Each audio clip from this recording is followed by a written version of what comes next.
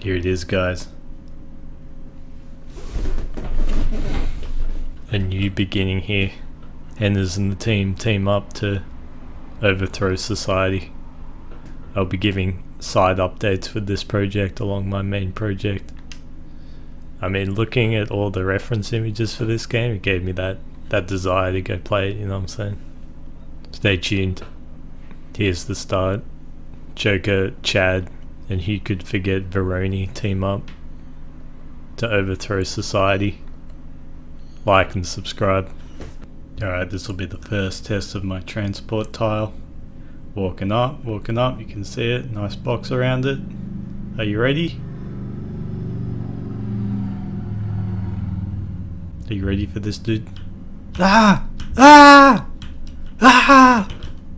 Help! I'm stuck! I'm stuck between worlds. No! I'll level with you guys, I knew that was gonna happen. What's interesting is it actually slows down after a bit, and I'm not really sure why.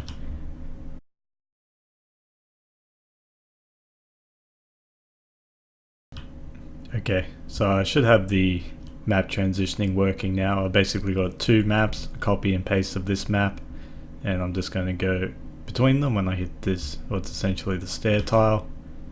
Yep, works fine. You can see that even though I'm positioned on another transport tile, which will take me back there, I needed some checks to make sure I don't instantly blink between the two maps, so I can walk off it and come back to it, and then I come back here. And the objects remain persistent, so, well, not persistent, but they've been recreated according to the map I'm in. You can see this version of the map where I've hue shifted everything. It's like a nighttime version of it, that's kind of cool. But it's got none of the objects loading in. Great. You know what I'm getting at. What do you think? Cool, dude. Hi guys, good evening. I got something real ugly to show you guys, so I'll give this a run. I brought the transport tile closer so I don't have to do the long journey every time. Ooh. How's that for some ugliness? So you can probably guess what I'm trying to do here. This is like a half scale and everything, you know, there's big zoom out, and well, I'm trying to plan how I'm going to do, like I want to do an overworld. In my references, which are like early Final Fantasy, early Dragon Quest, they don't do any kind of zoom change. They have different tile sets. Obviously I'll have different tile sets. Usually they just use the same kind of world sprites, and the actual map tiles they're still the same size, but maybe it's worth showing actually. Yeah, you can see here, I don't think I need to show a comparison to the in-town, but the player sprite that they're using here is the same, but the way the forests and stuff have been drawn, and the ocean and the towns represented by tiny houses, the grid is actually the same size. Nothing technical has really changed. It's just given that illusion by using the smaller map objects. And I kind of want to, I think this is a good opportunity to distinguish the, how do I word this? There are three states I kind of imagine the game going through. You've got your normal overworld, which is where I was before in that town. You know, it's the default zoom we've been using the whole time. We have a closer view where you enter into battle, it does the transition, and then your actors are more up close, and so they will be represented with bigger sprites, and you know, the enemies are obviously very big, and I've got like the big wall at the back. But I also want to have a overworld, a very distant look. Yeah, so what I want to attempt to do for the overworld, so you really feel like you're in the overworld and you're not just in another standard map, I thought it'd be cool to have the game basically zoom out to double the distance, which means you get double the amount of tiles on the screen and everything's very small. What this would mean is you can see this is just scaling everything, and obviously we're already working with a very low resolution, so it doesn't work very well. I don't actually mind the players too much. Because of the game settings, there's no blurring. It's doing the best job it can at scaling down such a small resolution to what is essentially an 8x8 box. The plays look okay. Obviously the map's struggling a lot. You can see when I move, its divisions between them are starting to cause mad tearing. So I mean, I fully intended to do custom overworld sprites anyway. I probably could do alright with keeping the characters as they are, but I've had to do quite a bit of work to actually hack this example in. It's not as simple as just halving the dimensions of the background surface that we're drawing. I got to halve the positions of all the actors as well, all of the collision boxes that are attached to them, and the actor boxes. You can see I've got them to line up perfectly, but I didn't at the start. I've also had to halve their size, but everything's holding together. Yeah, there's no funkiness with the collision checking now, so I'm pretty sure everything works fine. And the big thing is the menu still persists the same, and the menu was something that would have made, if I did like a direct camera change to get this effect, it would have been simpler if I just changed the view settings and I didn't mess with the objects positioning individually, but it would have mega messed up the menu unless I did some big draw changes to have this like draw in a different layer and stuff. Yeah, oh, stay tuned to see what I can do with this mess. Yikers. Hey guys, good morning. I'm gonna do a run, show you what I've got. I've been working for the past 12 or so hours, haven't been able to sleep. It is now the morning after I should have gone to sleep. Let's take a look. I've still got all the debug collision stuff on. Ding! World map. Kinda looks more like a world map now. You can see that I've got their own tiles in and they're not horribly flickering when I'm moving. The characters obviously have the nice scaled down look to them. Terribly ugly still, obviously it needs a lot more work, like a lot more work. This is taking a serious amount of time, but there is kind of an idea here. You can see I've kind of built out this moderately big world. Collision isn't everywhere it should be, but with these little mountains it is. And yeah, you gotta use your imagination to fill out the blocks, I guess.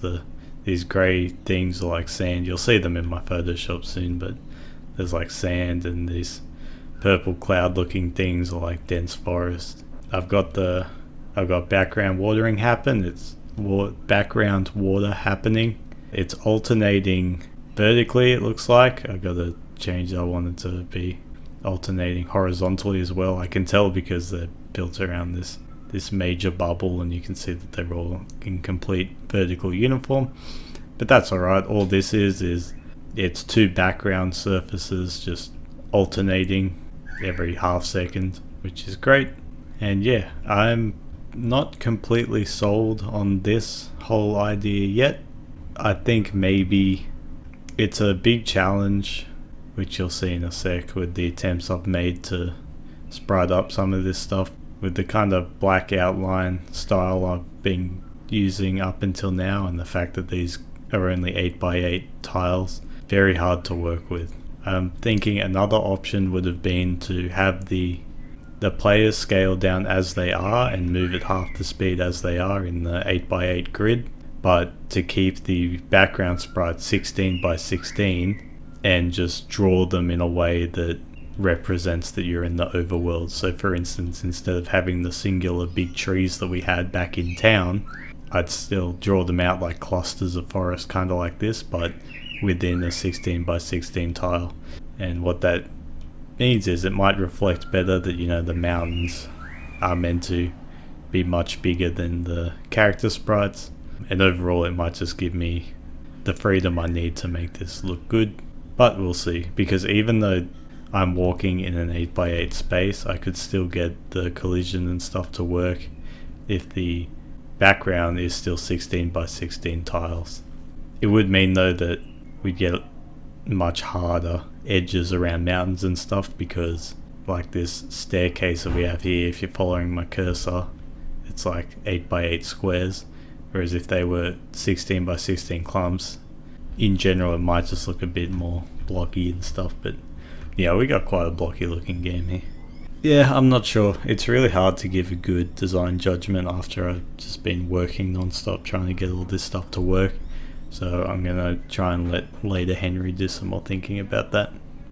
I'll whack open my Photoshop document. First thing here is the map I was just walking on. I gotta mock this up. It's about the town map I had before, I think was 48 by 28, so it's about 3 times bigger in each dimension. You know, I was kind of just drawing stuff. Kind of turned out to look like there's this snake here. It's kind of cool, and there's like a person here and a person here and a very sad person over here, but scrapping about, you know. And this is like my evolving scrap sheet for the sprites and stuff I was working on. So this is like what the clump of forest will ideally look like as it clumps. Yeah, so I got to get those rules in. Mountains I had a lot of trouble with, like a crazy amount of trouble, and I didn't actually get a solution that I liked at all, but you can see all my attempts to have them clump in the same way the forest does. Wanted it to look a bit more spiky. I actually ended up, when I was googling around looking for references, finding a pretty cool 8x8, really lo-fi RPG Overworld tile set by this guy named The Caspar. I got his name just in case I actually gave up to the point where I threw these in, but because these, you can see how they contrast with the thick black outliney look that I've been going with, so it wouldn't necessarily work unless I touched them up to have those hard lines themselves. So I didn't end up using them, but I was in bloody breaking point trying to get these done. I think I settled with what I will do is I've got like if I have 1, 2, 3, 4 like this, I clump them up so there's like an extra rock in the middle of them, which would follow the same rules as how these big trees are created. But yeah, it's tough stuff, man. And then this is what the grey sand will look like, and you can see my water tiles here. It's these tiles and these tiles, just flicks between them. My little house. But yeah, the very small resolution in combination with my like reliance on using thick blacks at the moment is making it a challenge, but it might work out. It's still very true to the old early Final Fantasy NES look, which I'm liking. Also, I've got these will be like the borders around the waters as well. I gotta do like a lot of stuff to touch it up, but yeah, I gotta cut it here. I've spent so much time on this, so next video will be more progress on this kind of stuff, I think. Cool. Well, I think I'd be lying if I said I was gonna try and sleep now. I think I'll just wait till tomorrow night, you know. Have a good day, guys. Goodbye. Peace.